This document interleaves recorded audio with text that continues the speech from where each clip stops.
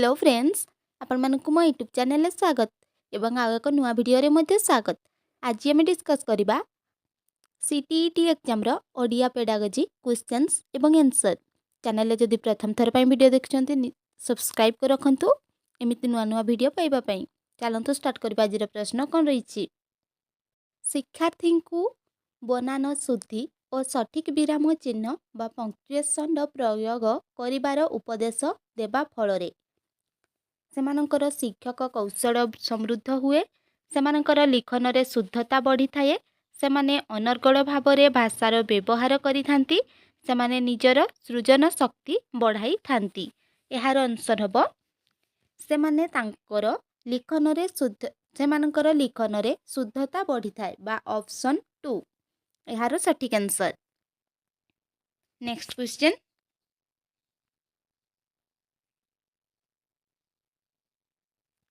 भाषा शिक्षारे रचनावादर अर्थ हैला शिक्षार्थी विभिन्न प्रकार असामंजस्य थिबा नमूना माध्यम रे एक सुव्यवस्थित समाधान स्थल रे पहुंची थांती।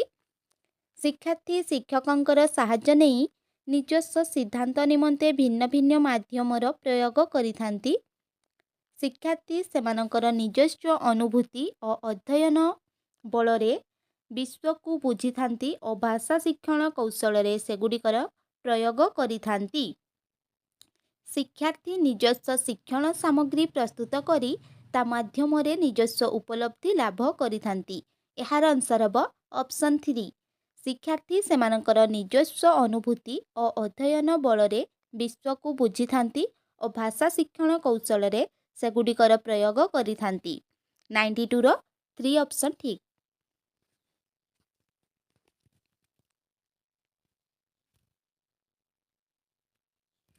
एथि मध्यरु केउटी भारत रे क्षेत्रीय भाषार विकास पाई एक प्रकार सतर्क आह्वान नुहे। ए संपर्क रे जनसाधारणंकर अपरिचित भाव, सुविधार अभाव, बुझिबार अस्पष्टता, अनुवाद रे असुविधा। एहार आंसर हबो ए संपर्क रे जनसाधारणंकर अपरिचित भाव।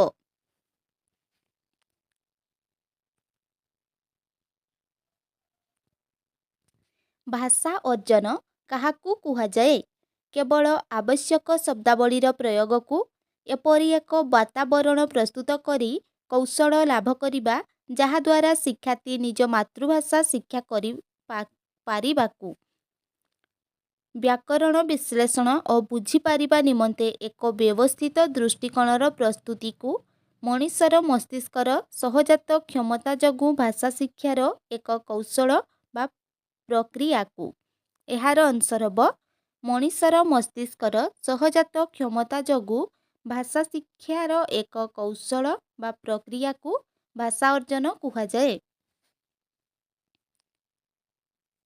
भाषा शिक्षक कहा माध्यम रे शिक्षार्थीर लिखन कौशल संपर्क रे शिक्षा देई पारिबे। श्रुत लिखन देई शिक्षार्थी को परिष्कार भाव में लेखिबाकू परामर्श देई शिक्षार्थींकर ज्ञानवर्धक विचार को निज भाषा रे लेखिबार निर्देश देई शिक्षार्थी को पढ़िबा और लेखिबा पाई बारंबार प्रवर्ताइबा द्वारा। एहार आंसर हबो शिक्षार्थींकर ज्ञानवर्धक विचार को निज भाषा रे लेखिबार निर्देश देई शिक्षार्थीर लिखन कौशल संपर्क रे शिक्षा देई पारिबे।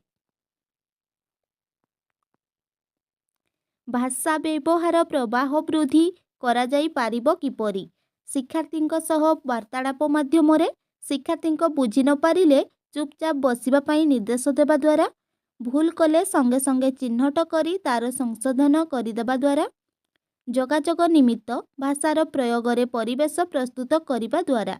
एहार आंसर हबो जोगाजोग निमित्त भाषार प्रयोग रे परिवेश प्रस्तुत करिबा द्वारा। भाषा शिक्षण रे कौनसी प्रभावशाली पाठ्यर प्रस्तुति आरंभ हुए किपरि? शिक्षण उद्देश्यर सूची प्रस्तुत द्वारा, सारांश कहिबा संगे संगे पुनरावृत्ति करिबा भली कार्य देई शिक्षार्थी को उत्साहित करिबा द्वारा, पाठ्यर विषय वस्तु उपस्थापन द्वारा, ब्लैकबोर्ड रे लेखिबा द्वारा। एहार आंसर हबो सारांश कहिबा संगे संगे पुनरावृत्ति करिबा भली कार्य देई शिक्षार्थी को उत्साहित करिबा द्वारा। प्रभावशाली पाठ्यप्रस्तुति आरंभ हुए। उपचारात्मक शिक्षण बा रेमेडियल टीचिंग रो कार्य हेबो आदेशात्मक, निर्देशात्मक, निषेधात्मक, सैद्धांतिक। यार आंसर हम निर्देशात्मक। रेमेडियल टीचिंग रो कार्य निर्देशात्मक। किपरि भाबे भाषा कौशल शिखा जिबा उचित? स्पष्ट व्याख्या द्वारा, एकाकीपण बा आइसोलेशन रे, एकीकृत पद्धति रे, अनुकरण द्वारा। यार आंसर हम एकीकृत पद्धति रे।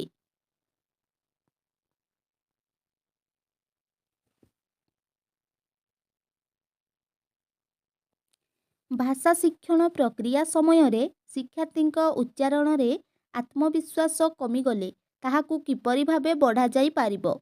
श्रेणी कक्ष रे उच्च स्वर रे पढ़ाइबा द्वारा, शिक्षार्थी परस्पर मध्य रे वार्तालाप करिबार व्यवस्था करिबा द्वारा, तुरंत ठीक उच्चारण करिबा पई प्रबताइबा द्वारा, भाषा विशेषज्ञ सहायता रे स्वतंत्र कार्यशाला प्रस्तुत करिबा द्वारा। यार आंसर हम श्रेणी कक्ष रे उच्च स्वर रे पढ़ाइबा द्वारा उच्चारण रे आत्मविश्वास बढ़ाइब।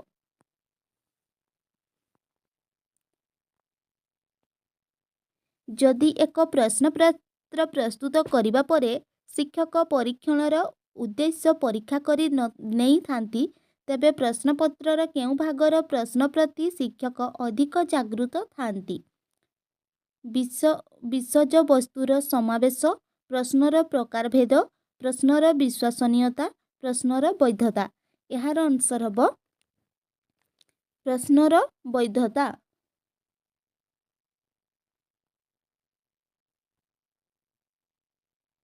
डैश रे क्लिष्टता पठन क्लिष्टतार संकेत नुहे। बनान व्यवहार रे क्रमबद्धता रे क्लिष्टता पठन क्लिष्टतार संकेत नुहे।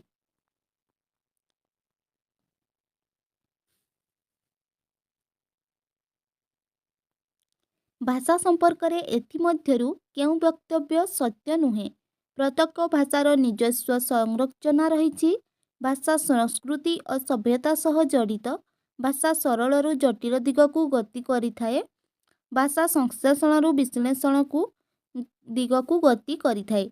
यार आंसर हम भाषा सरल जटिल दिगकू गति करिथाए।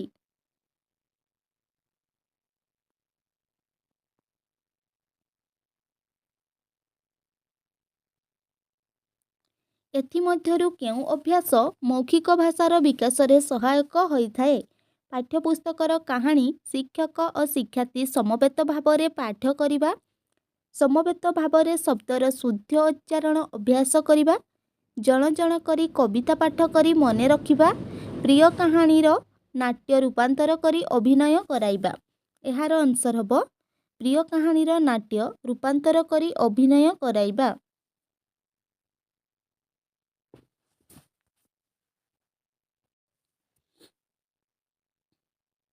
द्रुत पठनर उद्देश्य है आग्रह जात कराइबा, तन्न तन्न करी समस्त विषय जानिबा, विस्तृत पाठ कराइबा, सूचना लाभ कराइबा। यार आंसर हम तन्न तन्न करी समस्त विषय जानिबा। एथिमध्यरु केउटी प्राथमिक विद्यालय स्तरर भाषा शिक्षार्थींकर श्रवण और कथन कौशलर विकास निमंते उपयोगी? गल्प कथन और श्रुत लिखन, कविता आवृत्ति और भाषा प्रयोगशाला, अभिनय तथा समाचार पठन, अभिनय तथा पारस्परिक कथोपकथन। यार आंसर हम अभिनय तथा पारस्परिक कथोपकथन द्वारा श्रवण और कथन कौशलर विकास होइथाए बा उपयोगी होइथाए। भाषार उपचारात्मक शिक्षण भाषार उपचारात्मक शिक्षण रो उद्देश्य है शिक्षार्थींकर शिक्षार आरंभ रे देखा देउथिबा भूल रे सुधार आनिबा, ज्ञान संबंधी भूल रे सुधार आनिबा, शिक्षार्थींकर आत्मविश्वास रे वृद्धि करिबा, ए समस्त कारण। यार आंसर हम ए समस्त कारण। ଭାଷାର ସାଧାରଣ ବୋଧର ମୂଲ୍ୟାଙ୍କନ ପାଇଁ ସର୍ବାଧିକ ଉପଯୋଗୀ ପ୍ରଶ୍ନ ହେବ ଅତି ସଂକ୍ଷେପ ଉତ୍ତରମୂଳକ ପ୍ରଶ୍ନ, ଦୀର୍ଘ ଉତ୍ତରମୂଳକ ପ୍ରଶ୍ନ, ନିବନ୍ଧାତ୍ମକ ଉତ୍ତରମୂଳକ ପ୍ରଶ୍ନ, ବସ୍ତୁନିଷ୍ଠ ପ୍ରଶ୍ନ। ଏହାର ଆନ୍ସର ହେବ ଅତି ସଂକ୍ଷେପ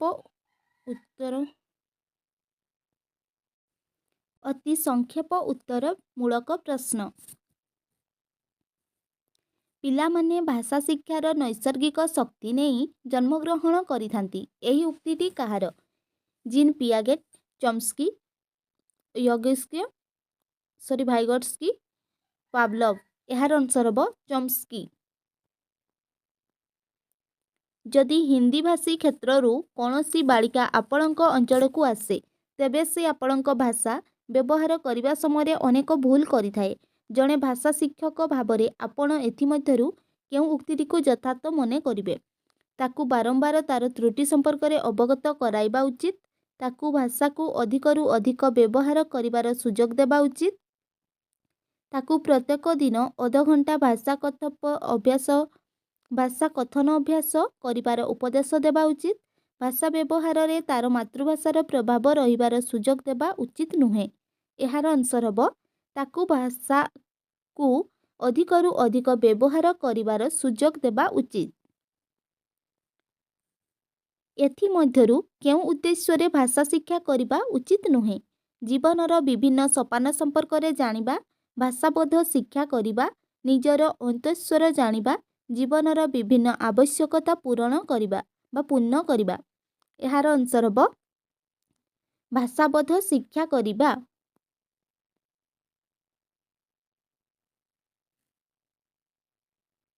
ଭାଷା ଶିକ୍ଷା କ୍ଷେତ୍ରରେ ଏଥିମଧ୍ୟରୁ କେଉଁଟି ନିବନ୍ଧାତ୍ମକ ପ୍ରଶ୍ନ ମାଧ୍ୟମରେ ପରୀକ୍ଷା ଦ୍ୱାରା ସମ୍ଭବ ହୋଇଥାଏ?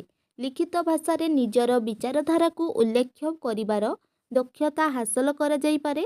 ପରୀକ୍ଷା ନିମନ୍ତେ ଅଳ୍ପ କେତେକ ପ୍ରଶ୍ନର ଉତ୍ତର ପାଇଁ ପ୍ରସ୍ତୁତି ସହଜରେ କରିହୁଏ। ଶିକ୍ଷାର୍ଥୀଙ୍କୁ ଅଳ୍ପ କେତୋଟି ପ୍ରଶ୍ନର ଉତ୍ତର ଦେବାକୁ ପଡ଼ିଥାଏ। ଫଳରେ ଶିକ୍ଷାରେ ଅଳ୍ପ ସମୟ ବିନିଯୋଗ ହୋଇଥାଏ। ଏହାଦ୍ୱାରା ସମଗ୍ର ପାଠ୍ୟକ୍ରମକୁ ଆୟତ୍ତ କରାଯାଇପାରେ। ଏହାର ଆନ୍ସର ହେବ ଲିଖିତ ଭାଷାରେ ନିଜର ବିଚାରଧାରାକୁ ଉଲ୍ଲେଖ କରିବାର ଦକ୍ଷତା ହାସଲ କରାଯାଇପାରେ। ଦିବ୍ୟାଙ୍ଗ ଶିକ୍ଷାର୍ଥୀଙ୍କର ଲିଖନ କୌଶଳ ବୃଦ୍ଧି କରାଇବା ପାଇଁ କ'ଣ ଆବଶ୍ୟକ? ବିଚାରଧାରାରେ ମୌଳିକତା, ପ୍ରତୀକାତ୍ମକ ଭାଷାର ପ୍ରୟୋଗ, ଯଥାର୍ଥ ଶବ୍ଦାବଳୀର ପ୍ରୟୋଗ, ସୁନ୍ଦର ହସ୍ତାକ୍ଷର। ଏହାର ଆନ୍ସର ହେବ ଯଥାର୍ଥ ଶବ୍ଦାବଳୀର ପ୍ରୟୋଗ। ଭାଷା ଶିକ୍ଷା ପ୍ରସଙ୍ଗରେ ଅବିରତ ଏବଂ ସମଗ୍ର ମୂଲ୍ୟାଙ୍କନ ନିମନ୍ତେ କେଉଁଥିରେ ଗୁରୁତ୍ୱ ଦିଆଯାଇଥାଏ? ଉପଯୁକ୍ତ ଶବ୍ଦାବଳୀ, ପ୍ରକଳ୍ପ କାର୍ଯ୍ୟ, ଶୁଦ୍ଧ ଉଚ୍ଚାରଣ, ବିଭିନ୍ନ ସନ୍ଦର୍ଭରେ ଭାଷା ବ୍ୟବହାରର ଯୋଗ୍ୟତା। ଏହାର ଆନ୍ସର ହେବ ବିଭିନ୍ନ ସନ୍ଦର୍ଭରେ ଭାଷା ବ୍ୟବହାରର ଯୋଗ୍ୟତା।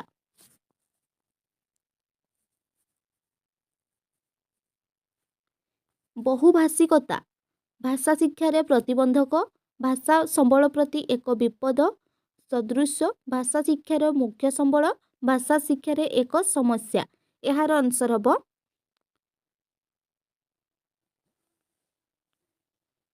ଭାଷା ଶିକ୍ଷାର ମୁଖ୍ୟ ସମ୍ବଳ। ଭାଷାର ପ୍ରାଥମିକ ରୂପ ହେବ ସାଙ୍କେତିକ ଭାଷା, ବ୍ୟାକରଣ, ଲିଖିତ, ମୌଖିକ। ଏହାର ଆନ୍ସର ହେବ ସାଙ୍କେତିକ ଭାଷା।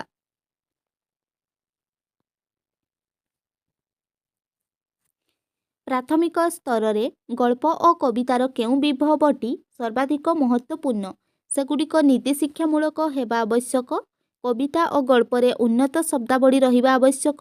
ବିଭିନ୍ନ ଘଟଣା ଓ ନାମର ପୁନରାବୃତ୍ତି ହେବା ଆବଶ୍ୟକ। ପାଠ୍ୟରେ ବିଶିଷ୍ଟ ଲେଖକଙ୍କର ରଚନା ରହିବା ଆବଶ୍ୟକ। ଏହାର ଆନ୍ସର ହେବ କବିତା ଓ ଗଳ୍ପରେ ଉନ୍ନତ ଶବ୍ଦାବଳୀ ରହିବା ଆବଶ୍ୟକ।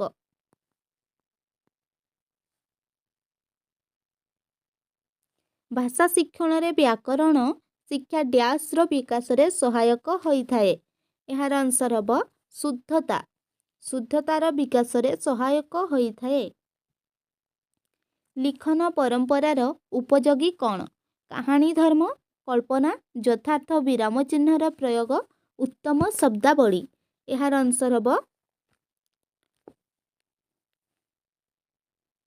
ଓ ଯଥାର୍ଥ ବିରାମ ଚିହ୍ନର ପ୍ରୟୋଗ। ଭାଷା ମୂଲ୍ୟାଙ୍କନର ମୁଖ୍ୟ ଉଦ୍ଦେଶ୍ୟ ହେଲା ଶିକ୍ଷାର୍ଥୀଙ୍କର ତ୍ରୁଟି ବାହାର କରିବା, ଉଚ୍ଚ ଶ୍ରେଣୀକୁ ଯିବା ପାଇଁ ଶିକ୍ଷାର୍ଥୀଙ୍କର ଦକ୍ଷତା ନିର୍ଦ୍ଧାରଣ କରିବା, ଶିକ୍ଷାର୍ଥୀଙ୍କର କୃତିତ୍ୱ ଆକଳନ କରିବା, ତ୍ରୁଟି ବାହାର କରି ତାର ସୁଧାର ନିମନ୍ତେ ଉପଚାର ପ୍ରସ୍ତୁତ କରିବା। ଏହାର ଆନ୍ସର ହେବ ତ୍ରୁଟି ବାହାର କରି ତାର ସୁଧାର ନିମନ୍ତେ ଉପଚାର ପ୍ରସ୍ତୁତ କରିବା। ଭାଷା ମୂଲ୍ୟାଙ୍କନର ମୁଖ୍ୟ ଉଦ୍ଦେଶ୍ୟ। आशा करछि भिडियोटी आपमनकु भल लागिथिबो। भल लागिथाय जदि लाइक करिवे एवं चैनल रे प्रथम थर पई देखथिले सब्सक्राइब करि रखिबे। Thank you.